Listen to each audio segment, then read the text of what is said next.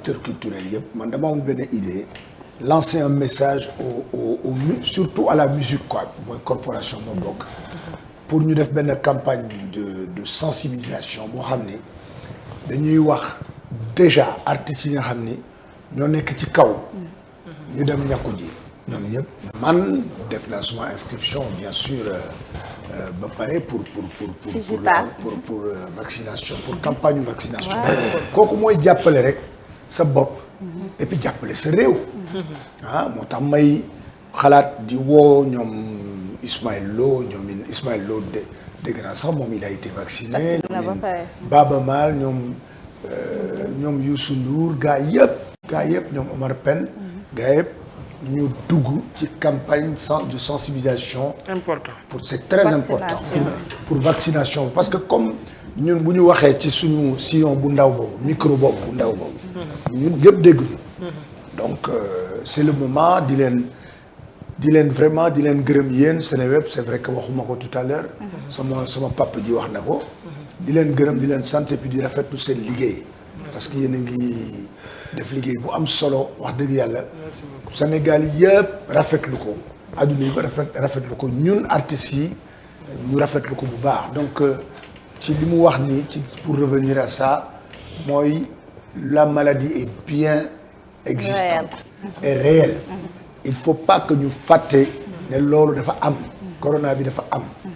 moo tax tout le temps il faut vraiment les mesures barrières ci ma xool naka la ñuy aare suñu askan c'est très très important donc may woo vraiment artistes yëpp ñu conscientiser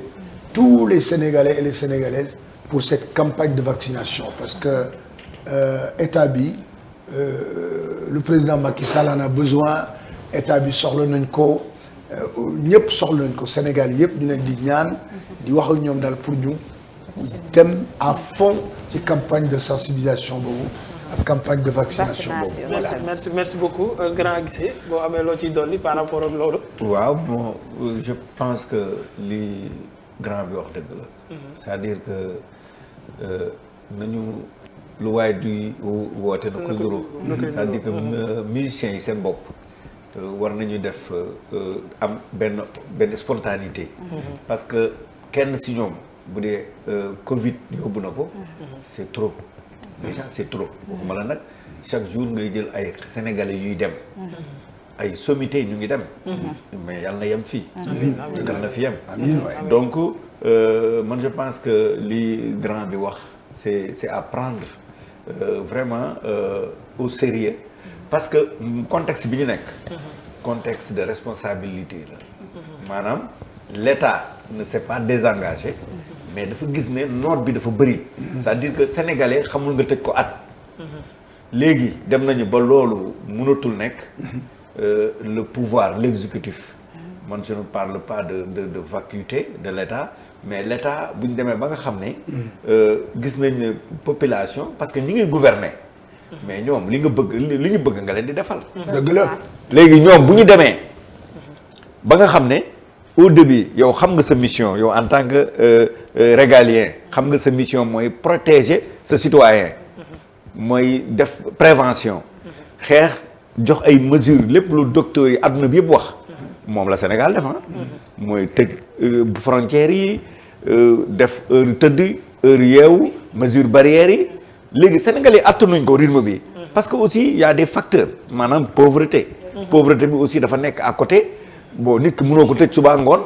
mu bëgg a jox lekk doomam wala kiyam wala dem uti xaalis 8h bu yeewu suba ci fitna lay nekk balaa 18h war na ñëw ñibbaat këram. c'est vrai. donc yooyu yëpp tax na ba tey jii le président il a compris que le véritable problème c'est que Sénégalais yi bëgguñu ñu tëj leen vu toutes ces conditions léegi bàyyi na nit ñi ku nekk yow moo yore cëggalu gu yem mooy li ñuy wax responsabilité mais responsabilité aussi bu amee ñun dañu oser jàkkaarloo gët a gët waxante dëgg. merci beaucoup. waaw Mouhamed man loolu laa am loo xam ne dama koy wax mais beneen affaire bi rek li ma bëgg a wax ci corona bi mooy bon man je pense que nous ne faisons pas appel à la médecine traditionnelle. ok mais man j'aimerais bien que aussi. ñu convoqué ko non ñu convoqué ko. ci contexte bi ñu nekk. parce que man gis naa ça fait des miracles. quelque part. gis naa région yi. ci dëkk kaw yi. et corona bi li muy def ci capitale bi bu ko def ci dëkk kaw yi. te ñoom lu ci ëpp amuñu pharmacie. waaw c'est vrai. te li ma lay wax nii dama ci am parce que damay laajte. damay woote ay. mais c'est pas pour rien ñu yóbbu confinement que Dakar et Thiès. et bàyyi yeneen dëkk yi. voilà man daal man médecine traditionnelle bi daal vraiment ak Thiès la ëpp. waaw man daal moom merci beaucoup j'aimerais que ñu prospecter. waaw foofu aussi. taal moom comme ni ñuy wax boo koy ëpp boor bu ne nga koy ëppee pour mu boy. donc merci beaucoup moo ne de ci wàllum sensibilisation bi ngay woo artistes yi Thione Seck mi ñu dëddu démb commencé woon na ko ndax defoon na benn morceau ci corona. pour sensibiliser askan wi et tout mu doon loo xam ne nag tàmm na ko. nit ku daan sensibiliser la ci lépp ci wàllu wépp njëkkewu ko tey sànq bi ñuy xool ay son ñu ngi doon waxtaane way na baay way na yaay way na doomu baay mais également way na xale way na jigéen mu bañ a sàggan ci doom way na bu ñu doon lim du ñu jeex waxambaane borom kër nu mu war a taxawee bi ngay wax sànq mag du caaxaan sama xel ci way woowu la dem borom bi jaaw du fa donc sama xel ci way yooyu la dem mais tey ji su ma la waxoon père en tant qu'artiste yow mais moom aussi artiste bi mu doonoon soo ko doon résumé lan nga ñuy wax. boo doon résumé Thione Seck il a été d'une régularité ak nit ku dëggu foofu lay xoolee Thione parce que Thione Seck chaque fois boo ko daan laaj daf laan ki ko gën a xam dem leen seeti Idrissa Diop moo ma gën a xam ñëpp fii parce que bi mu amee 14 ans la nekk ak man suma kër Gueule Tapée kër Samba Xoyan Ngom nekk fële suma kër nekk fii alors suma kër nag moo doon QG bi fa la daan ñëw moom tous les jours Youssou Ndour bi fa la daan ñëw tous les jours ñoom ñaar ma bokk yàlla ñoom ñaar te là je voudrais vraiment que ce soit clair que Thione Seck ba ma ko xamee ba léegi ci dëgg laa ko mos a xam cette rigueur de vérité là loolu lu ma marqué la ci moom te loolu bi mu nekkee xale am 14 15 ans 16 ans 17 ans ñu daje Miami nag kër Ibra Kassé fa la jëkk a commencé moom avant muy dem orchestre Baobab ak yooyu yëpp biir Miami la commencé donc man dama commencé Miami rek tourné rek mu ñëw fekk ma ne ko yow looy def fii mu ne ma day Kassé engagé na ma c'est ça mu commencé woy rek ma dégg ma ne waay donc Thione dafa boo xoolee bu baax c'était un homme habité habité par le divin peut-être habité par quelque chose dans ses textes dans sa façon d'écrire dans sa façon d'être muy nag may wax benn affaire bu important ma la koy wax tey mooy il faut que nit ñi delloo si dëgg bu ñu bàyyi ba nit ki dee nga koy soog a témoigner ay wax yu kenn xamul ak yooyu non Thione n'a jamais aimé ça Thione durant toute sa vie ci dëgg fu mu ko fekk fa la koy bàyyi donc comme je disais aimons-nous vivants n'attendons pas que la mort nous donne du talent bu ñu bàyyi ba nit ki dee nga koy wutal talent wala nga koy wutal yenn kii donc man démb dama wax ak Wally Seck bi ma ko jaalee ba pare ñu yendu foofu kër baayam mais bi ma koy jaalee dafa ñëw rek lëgg ma jooy ne ma suma papa fa mu jaar ak yow yëpp xam naa ko ba mu nekkee xale ak yow yëpp daf daan wax ne kii moom rek ci ñi gën a xam sama bàyyi Thione Seck bi ci la bokk moom donc ma ne ko nag léegi am nga mission bu nga xam da nga ko war a jël xam lenge bi nga xam ne sa bàyyi Thione Seck moom la jël lenge yooyu moom la jox et c'est très important rek mu lëng ma xam nga mu ngi noonu daal émotion bu particulier démb ci moment bi moo koy gis noonu di ko jaalee donc di ko wax ne ko Wally tu as une mission maintenant régalienne am nga mission boo xam ni sa bàyyi na la ko fii donc comme ni mu ko daan waxee aussi parce que Thione dañ daan waxtaan ak moom ci biir ak ci biti. Man ak Ablaye Guissé mi toog nañu ba tey di waxtaan dinañ ci ñëw léegi ci waxtaan woowu. ñu mujjee waxtaan ak moom. mais dama ko ni tout le temps daf daan wax ne sama doom chance bi mu am sax xamu ko. mu ne ma yow Idrissa fekk nga booba temps benn ampli lañ daan yor ampli bi marque Vox Suprême la woon. bu xonq ci lañ daan def benn guitare. def fa micro percussion yi benn ampli rek. jamono jooju. mu ne tey Wally Seck dafa juddu ñëw fekk papaam am matériel bu sophistiqué. am boîte de nuit am club am lépp mu fekk ko fa. donc mu jox ko la ngay ne ko ay ca dawalal. mu dawal donc fi mu nekk nii Wally Seck missionnaire de son père Wally Thione Seck la. donc loolu lañ koy wax moom. donc bu loolu weesoo. ma xool Thione fi mu jaar du début jusqu'à la fin de sa vie ci mbind amul lu mu bindul te boo xoolee bu baax wayam yi mu way yëpp subhaana taala def ci ne parce que yàlla rek moo fi nekk waxee mu ne la yàlla moo fi nekk te du fi ma su jógee moom rek fi ma sa ne tu comprends donc loolu dafa marquant man Thione bu ma koy xool dama koy xoole ci année yooyu ba ni mu génnee àdduna il n'a jamais vacillé mosul jeng il a été toujours droit dans ses bottes tout le temps dans la vérité surtout ci dëggu boobu man moo ma gën a impressionné ci moom am na ñu daan wax ne waaw dafa xaw a tàng dafa xaw a lii non une vérité mënul sedd mënul tàng mënul la dara une vérité ça reste une vérité. merci beaucoup sànq maa ngi joxe misaal boobu ñëwagoo leen bi ñuy def revue de presse bi man dama ko daan tooñ tout le temps benn jour ñu toog di waxtaan ma ne ko père yow daal benn défaut nga am mooy da ngaa naqari deret mu ne ma waaw wax nga dëgg damaa naqari deret mais naqari deret moo gën di wax luy tuur deret keroog bi réew mi di tàkk di lépp di am ma ne ba démb sama xel demaat ci loolu ma ne mosoon na ma wax genre wax bi ne ma naqari deret moo gën di wax luy tuur deret te boo seetloo léegi lu ñu wax rek musiba lay indi après ci réew mi donc finalement il a toujours été un poète un parolier nit boo xamante ne li mu yëg moom la lay wax mos nañ amaat beneen jotaay man lu ne laa ko doon wax lu ko nit ñi daan ragal wax sax dama ko koy wax ñu toog waxtaan ba pare ma ne ko am naa benn question boo xam ne ñemewu ma la ko laaj ci interview mais ñeme naa la ko laaj en off mu ne ma nan la waxal man suis open waxal ma ne ko père lan moo tax nga bañ Youssou Ndour mu ne ma bon ma ne ko waaw mu ne ma fi mu toll nii de yow wax nga lu yàlla bañ ma ne ko man kay waxuma lu yàlla bañ li ñëpp di ruumandaat loolu laa wax mu ne ma noonu li tax wax lu yàlla bañ moom nga def mooy parce que li ngay wax dara leeru la ci te man ko bëgg Youssou Ndour laa mais nag du ma mës a accepter bëgg nit ba nekk naa féq su ma d'accordul ak yow dama naan la d'accordu ma loolu la ma tontu woon jour boobu ne ma amul artiste bu nekk ci àdduna bi boo xam ne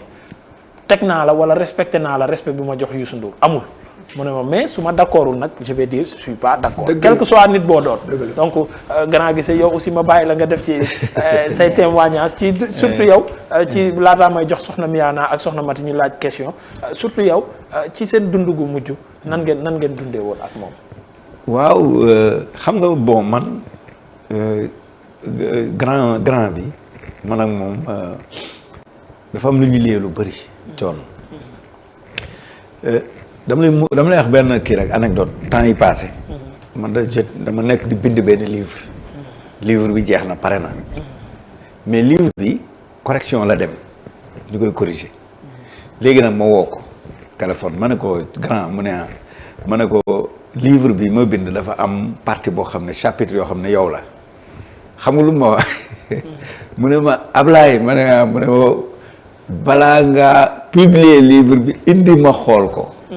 mais effectivement bi ma ñëwee man ak moom ma jël paragraphe bi ma ko consacré man ak moom rek ñu toog te loolu li ma la wax ni yàggul na est-ce que loolu sax am na ay 3 semaines ma ñëw si kër ga ci guddi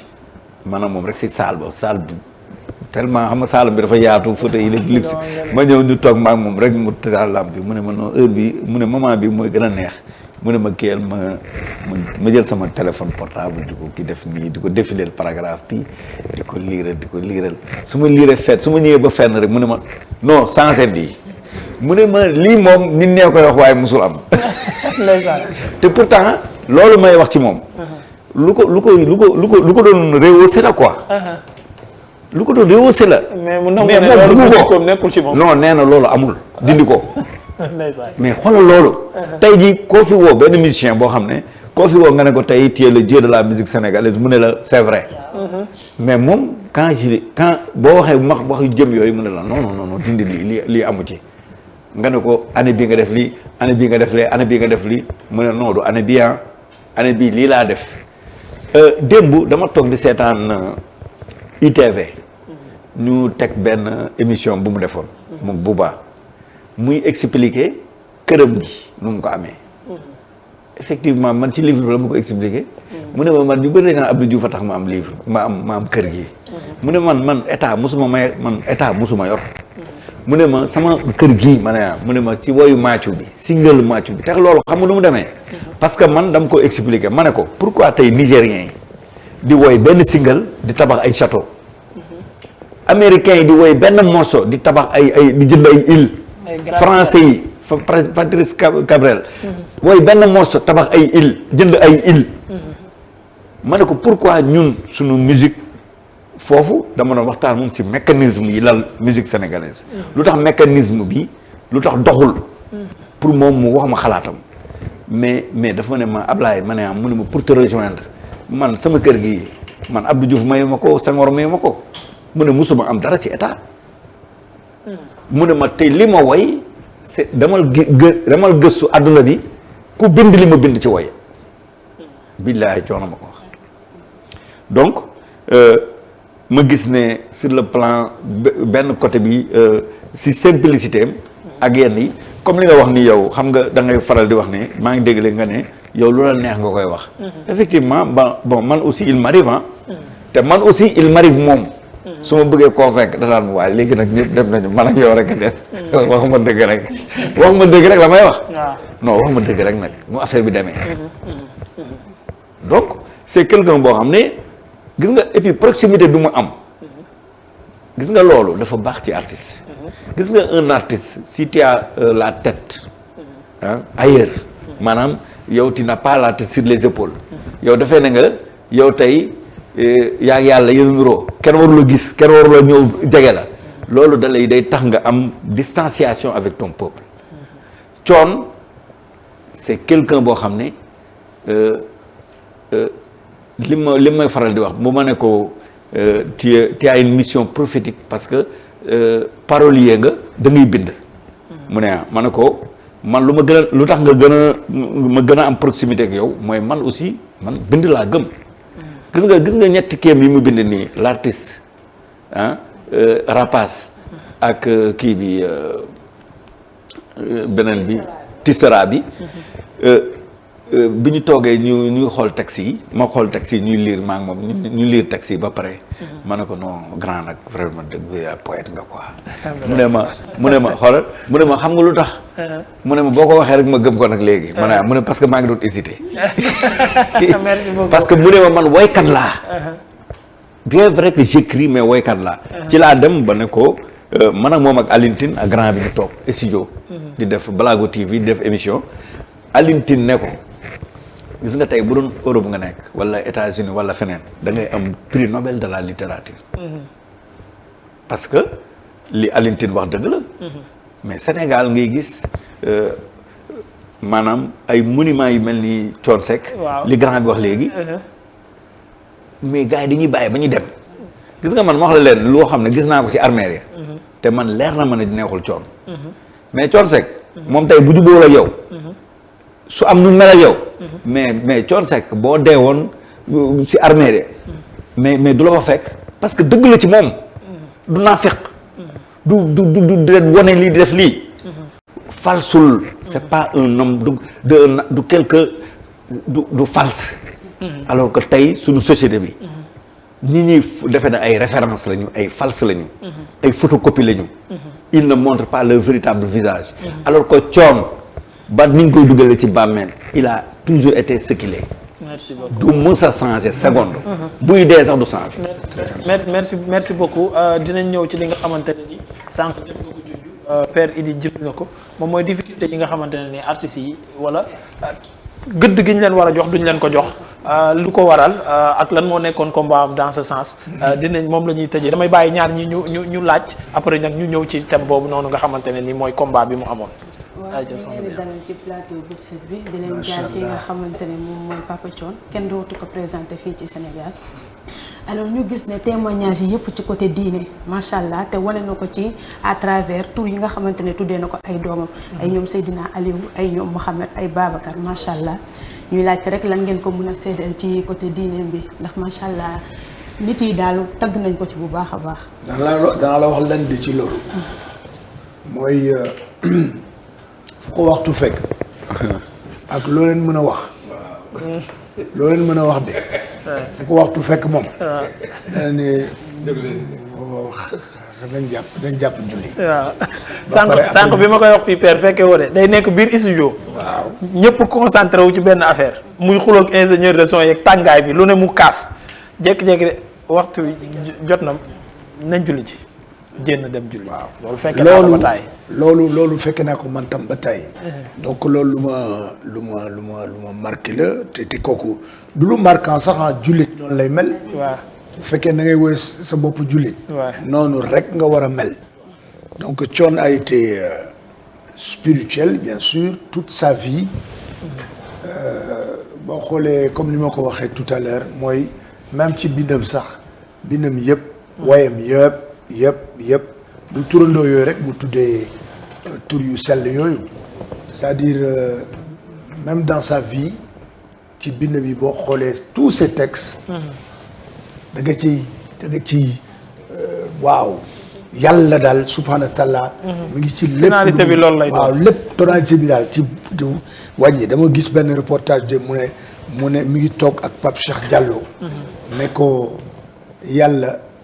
moo fi mos a nekk te après moo fay ne waaw ci moom lépp donc rendons grâce à Dieu xam nga yàlla na ko yàlla vraiment teeru ci àjjana firdawsi gën a kawe parce qu'il a été spirituellement très man daal Thione daal mu ngoog rek yàlla nañ ko bàyyi ak yàlla merci beaucoup gisee par rapport ak loolu diine ji nitu diine bi mu doonoon waaw man moom defe naa ne même grand bi récemment rek biñ demee ba foofu ñu dem añ mu ñu ñett añ ci biir néegam. waaw mu ne ma. ceeb bu weex mu ne ma. sànq maa ngi wax ne ba ci biir néegam ngeen doon dugg di fa añandoo. booba yegg see goo leen. grand bi ne ko mais Thione sama rak laa doon bëjëg xaw ma léegi xoolal. mais ceeb bu weex bi am bëjëg léegi ñu ñëw rek Thione. mais grand bi nañ dem sama néeg la ñu añee tey grand ndeysaan ñu dem ñu ñett. mais gis nga Thione pour te dire côté diine bi même booy gis nga même booy wax ak moom nga ne ko tey si kii ne Mati mooy boo ñëwee sax ne ko waaye mais Mati tey moom bi ma demee Seneweb commencé lii mu ne ma non bàyyi mais mu ne ma gis nga nag dit moom bu nekkul si fii moom jarul ngay waxam dala koy wax donc du Thione Seck kon mooy dem ci nit di ko indil ay pexeek di ko sonal. man su ma ko ne gëmul loolu. xoolal bu lay xeex day xeex ak yow. frontalement moom gentleman lay def. donc côté diine bi man li may gën a jàpp ci moom chaque jour mooy li grand bi wax côté julli bi parfois am na benn jour ñu ngi def émission kii Balago TV. def émission bi ci yàgg ba pause bi deuxième partie bi mais dafa dem ñun ñëpp dañoo dem julli dañoo julli ji pour reprendre émission bi. pour te dire donc loolu ñun mun nañu wax ne côté diineem macha allah quoi macha allah. bon man aussi personnalité am lu tax ma gën ko ñeme man loolu la quoi parce que diine bi ma gis si moom la. damay xam ne du ma ko woon ginnaaw. mu poignardé ma damay xam loolu moo tax man je me laisse aller avec lui waaw merci beaucoup ma jox soxna Mati. waa père ba damay laajte rek si carrière musicale Papa Thione. koy wax père man ngay koy wax. waa yow grand père nga ko. comme boog grand père. ma damay wax rek si carrière musicale Papa Thione lan moo leen si gën a marqué parce que gis nañ Papa Thione def nu mu tuddati traditionnel Papa Thione def moderne Papa Thione jël musique orientale def ko fii tamit woy ko fi est-ce que am na benn morceau wala benn variété ban moo la gën a marqué si moom. man am na benn morceau boo xam ne day wax ak suma am sensible amu jullit bi ma doon mooy woy woo muy woowee adduna. waaw mu ne adduna du dara. noonu la koy waxee. dara la adduna du tous. c'est rien dañuy nekk fi bu ne leen dinañu yonent bi sallallahu alayhi wa sallam. paix et salut sur lui. dafa nii gis nga suuf sii nii daf ko daan wax de moom Thione suuf sii nii ñu nekk dañu dem ba tabax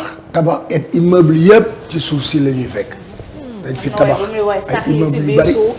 voilà mu àdduna donc way la bu ma marqué ak yeneen bien sûr fi muy tagge yonent bi sallallahu alayhi wa sallam. ça m'a beaucoup marqué aussi. fi muy way na lu ne Thione boo xoolee bu baax. way na lu ne ci jën yooyu nga xam ne ñoo bokk géej gi te bokkuñu cafin. ay yooyu yëpp ay wax la daal ay wax yu important la. donc man dafa spirituellement wax dëgg yàlla Thione li mu fi bind de du ma ne kenn bindu ko fa waaye li mu bind. yow li mu bind doy na war trop. yow doy na war trop wax dëgg yàlla. maintenant li mu bind jaloore yi mu def yëpp ni ñu koy waxtaane est-ce que àq ak yelleef bi waroon nag ñu delloo ko culture delloo ko Sénégal delloo ko est-ce que delloo nañ ko. waaw dinaa la tontu ci loolu c'est parce que li ma wax sànq ne dañ fi wax benn affaire boo xam ne c'est dans les années 74. dañ ne déglul woy wa ngir nga xam la muy wax. bu la sas baat jaaxalee laggal nga laaj ko koy wax. bul bàyyi ba mu dee. ngay soog a laaj ngay soog a déglu. ndax naqar wa day gën a tiis ngir dootoo ko mën a laajte. boo ko weddee xool ci Abdoulaye Mbuub wala nga xool ci Mbaa wala nga xool ci Mbay Fall. ñun ñoo ko fi waxoon loolu. te loolu moo gunge Thione ñu bari dañuy il faut pas travestir l'histoire. loolu dafa important moom dans ma lecture. xam nga fii ñun amul dara lu ñuy impressionné fii amul kenn ku ñu mën a impressionné amul fii yàlla waaw on est très yàlla moom bu ñu koy xalaat dañuy jooy parce que yàlla moo fi mos a nekk te du fi mos a jógee yàlla rek mais gis nga li nga wax nii nit ki ñuy bàyyi ba mu dee ñu koy sëg a déglu durant toute sa vie Thione il s'est battu pour la culture et pour les acteurs culturels. Dernièrement mag suma papa dit encore une fois Abdoulaye Guissé dañu toog première émission bi ñu njëkk a def c'était au nom du combat qu'on a porté tous les 3 moo tax ñu am benn manquant tey muy Thione parce que ñun ñetti maillon la ñu woon muy Abdoulaye Guissé muy man ak Thione Seck ñu def Balago TV benn yoon gaa ñu ne nañ ci bàyyi xel deuxième bi ñu bàyyi ci xel vues yu commencé monter di yéeg troisième bi et cetera donc combat boobu yëpp ñu doon mëne ñun ñett c'était au nom de la justice culturelle de ce pays il faut que ñu pour moom comme il a jamais été du naafeq comme ni nga ko waxee tout à l'heure mosul nekk naafeq Thione Seck yàlla na ko yàlla xare àjjana. amiin donc combat boobu yëpp dañ ko mënee parce que dafa gëmoon loolu. parce que dañu ñëw ne SODAV dañu bëggee jaar ci digg bi dañ ne SODAV li fi am nii mënatu fi am. parce que moom li mu bind ci way ak ni mu ko binde ak nombre bi mu bind ci way SODAV foofu bu fekkoon ni 7 étages la je crois que 4 étages yi. dana ko jël moom 3 étages nag après ñu xool man noonu laay waxee quoi parce que fi mu bindee ak fi mu jaar donc mu naqari ko trop que SODAV am benn jeng bu muy jeng wala am ñoo xam dañu yaakaar ne ñoom mën nañu téye culture bi fii ci dëkk bi te culture bi fii kenn mënu koo téye fii ci dëkk bi dañu waxtaan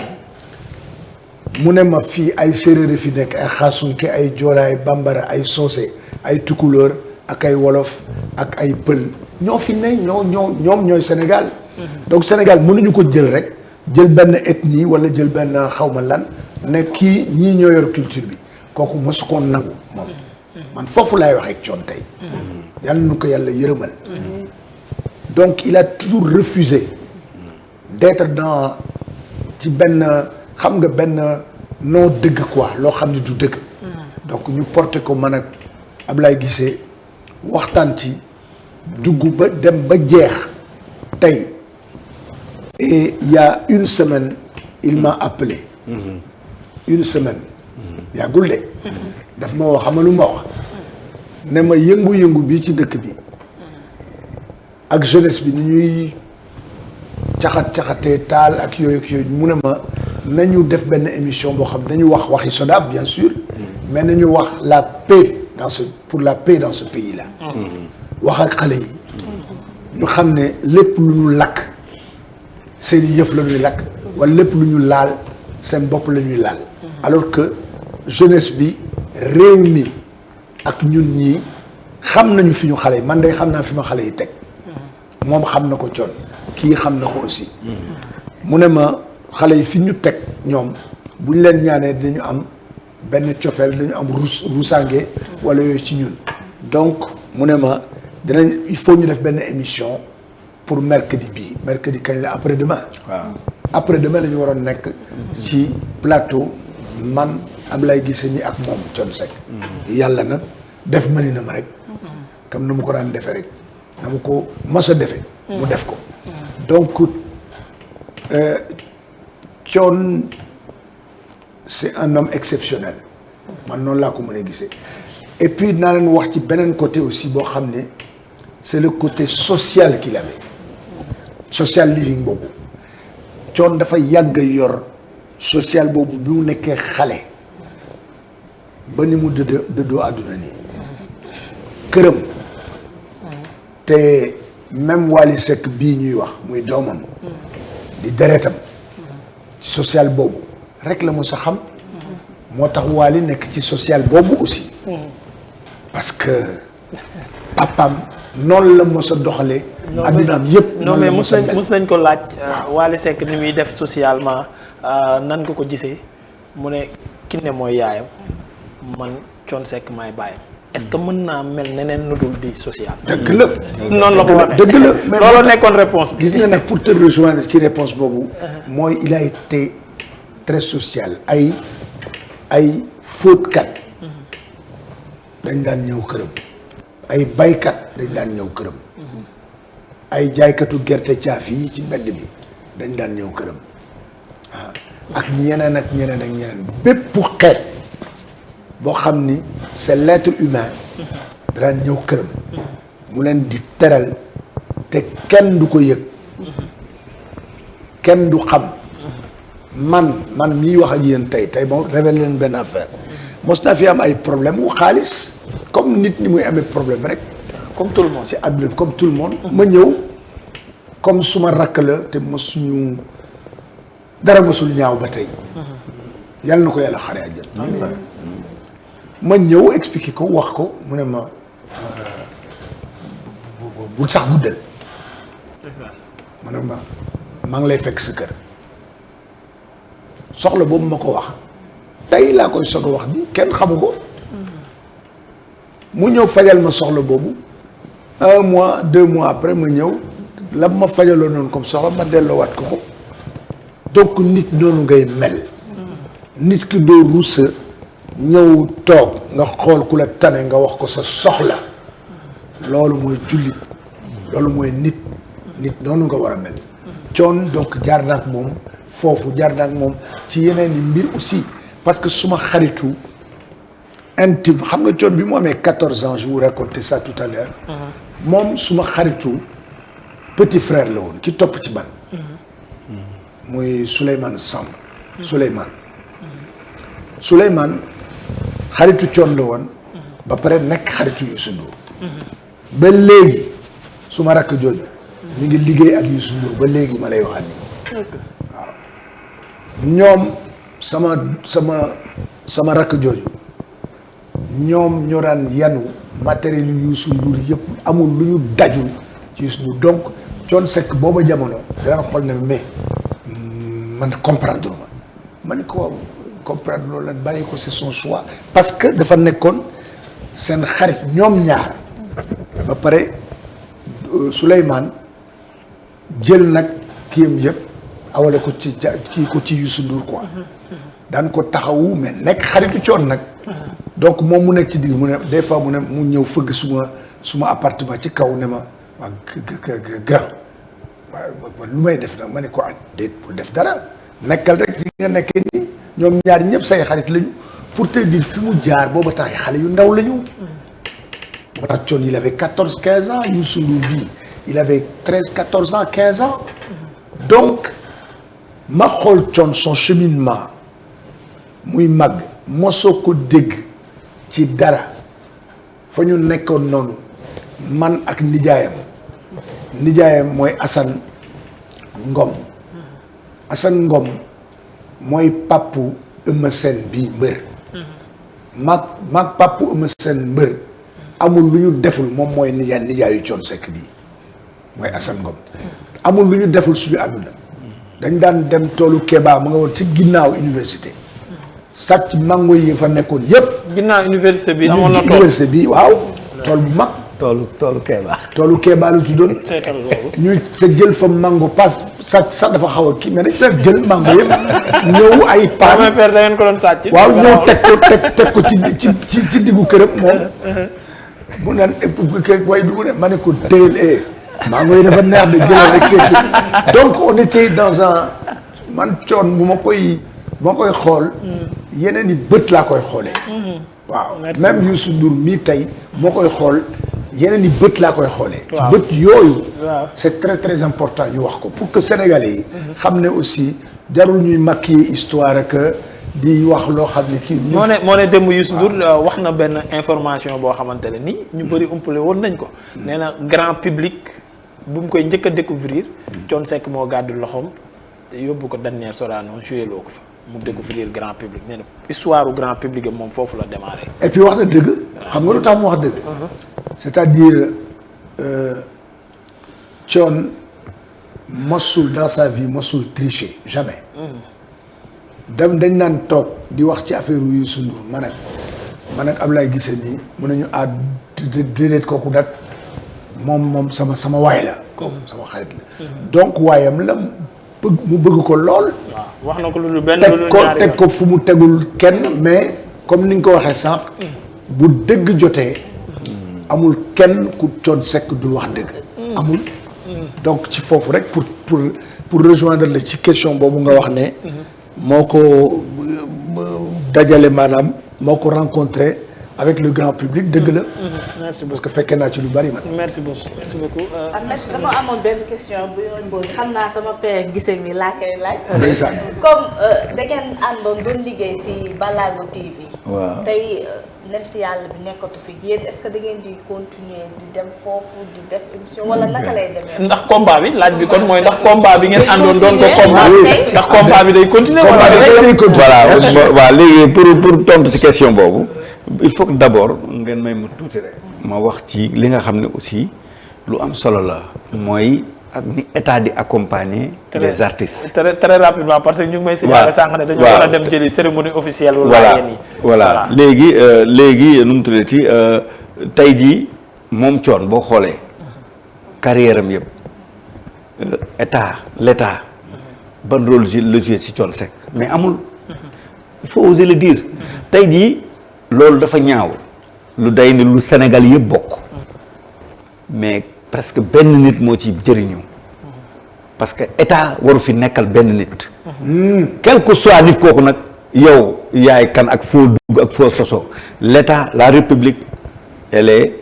pour tous les citoyens Thione Seck c'est un créateur c'est le moment may lancer appel au président de la république Macky Sall Thione dafa am projet CEDEAO projet boobu mais état du Sénégal moo ko waroon porté moom Thione mu defar ko regroupé ay 16 pays dëkk bu nekk mu jël fa 20 artistes en tout mu war la jox ci ay 700 et quelques artistes yu war a kii te presque de ses propres moyens def na lépp man toog naa ñu wax ma ko nettali ma lépp fu mu egg am ñoo xam ne ba yoo xam ne ñëw nañu participer gratuitement ku mel ni Père Idrissa Diop ak ñeneen ak des artistes de la sous-région ñëw nañ fa am na groupe am téléem rajoom ak lépp communication am na siège fu mu nekk ak lépp mais léegi man pour man l'État ne doit pas attendre que Wally Seck dem naan moom mooy eggali projet yi parce que Thione n'appartient pas à Wally Seck Thione c'est un patrimoine donc nañ ko considérer comme un patrimoine li mu fi def comme projet yi mu bàyyi mbëbët état teg ci loxo accompagner ko te loolu man du ma ci woo ministre de la culture du ma ci woo kenn du ma ci ko mais le président de la république Macky Sall moom le gardien des arts et des artistes ensuite mu décorer Thione posthume prix Nobel de la littérature wala mu xool lu mu ko def parce que ci bindam ak ci waxam mais warul nekk loo xam ne dañuy jóge une semaine émotion bi jàll mais nit ñi jubalaat ci leneen non man je n'aime pas ça bëgguma loolu te suñu combat comme li nga wax nii suñu combat du mus a jeex parce que xam nga lu tax parce que ñun li ñu gëm mooy seule la culture est éternelle ñun dañuy dem tey bu ñu demoon yàlla na jeex d'autres vont continuer le combat mais xam nga lu ñu bëgg mooy combat bi ñuy mënee on était 3 ñoo xam ne ñoo si gën a fës mais am na ay milliers yu ci nekk diaspora bi ay waa xalam dëgg fii ay waa Sénémali ay ñoom Pape Djibi Ba ñëpp ñu ngi ci xeex boobu des artistes plasticiens yoo xam ne su ma leen waxee seen tur xamoo leen parce que Sénégal dañuy defee ne moom culture musique la man bindkat laa producteur la éditeur la mais est-ce que nit ñi xam nañu facette boobu ñoo xam lu ñu xam ku yore micro di way mooy homme de culture léegi nag ce que je demande man ce que je lance mooy que le problème de la SODAV que le président de la République vraiment exécuté ko mu leer ci SODAV jeex na 7 mars bii passé la SODAV jeex amatul kon léegi artistes yi amatuñu fu ñuy dem di fayeeku maanaam seen ministère de fonction publique jeex na te dara amu ci résultat amu ci dara amu ci te ay milliards dugg na ci kenn xamul fu mu dugg ak fu mu génn léegi nag dafa jot te tey demu Thione bi c'est un grand moment de rétrospection boo xam ne l'État da ko war a def envers la culture sénégalaise parce que il est temps nag tey ay Aline Badara Beye ngi fii ay écrivains yu mag ñu ngi toog Kër Birago Idrissa Diop a ngi fii ñeneen a ngi fi ñeneen a ngi fi servir la culture mais lan la ñu am ci culture bi su dul di bind di accoucher di créer mais nekk dans la misérabilité pourquoi lan dama ne xoolal nañu xool affaire yi nañ ko janoog moom ñun coono ñu yaran ñun ñamooñu dëgg dañ koy wax fu mu fekk dëgg dañ koy wax grand bi daf ñu yaree loolu xoolal Ablaye ma ne mu ne ma xoolal bu dee li ngay wax rek dëgg la ma ne mu ne ma wax ko fu la neex et puis il était dans la révolution culturelle boobu daf ko parachevé daf ko jeexal daf ko def ba mu jeex affaire yi faut pas ñuy raay waaw di wax loo xam ni comme ni mu ko waxee Ablaye gisee lii c'est très très important combat bi du mos a jeex parce que ñun la Saïwi c'est un groupe avec énormément d'artistes culturels ak Omart mu nga xam ne moom mooy directoire musique et culture de ce pays-là loolu moo tax ñun ñu lëkkaloo donc tey bu Thione nekkee ci digg bi combat boobu même bu fi Thione dëddoo sax combat boobu day continuer combat wu ne serait-ce ngeen continuer ko pour moom day continuer pour sa mémoire à lui à Thione Seck mais aussi li mu doon xam nga moom lu mu doon xeex pour aussi ngeen gën a xam précision bi Thione da doon xeex pour culture bi moom li mu daj Thione nee na ma Ablaye mu ne man li ma daj ci musique liñ ma xeex am na ñoo xam ne bu ñu mënoon rey sax rey nañ ma am na ñoo xam ne sama projet CEDEAO bi sax bu ñu sañoon du yegg dëgg la il m'a dit wax na ko j'étais là mais yaa nga fa sama kanam moo tax man bi lii xewee ma tiit je me suis dit kon gaa yi sañ nañ yegg ba foofu non yàlla non yàlla c'est-à-dire que tiitaange bi xam nga tiita interrogation bi mooy lan mooy gis nga nit li nga war a teddee tey lu artiste Sénégal yëpp bokk di ci lekk su ko ñaari nit jëlee di ko lekk mais yéene nañ yeneen artistes yi de. yéene nañ leen xiif merci beaucoup yéene nañ leen mar. grand pour terminer lan la ñuy retenir sur le monument Thione Seck. li ñuy retenir rek mooy comme ni ñu ko waxee ni ñu ko Ablaye Guissé waxee ak ni ñu ko waxee yow ak ñi fi toog ñëpp suñu xaritu jigéen ñi. Thione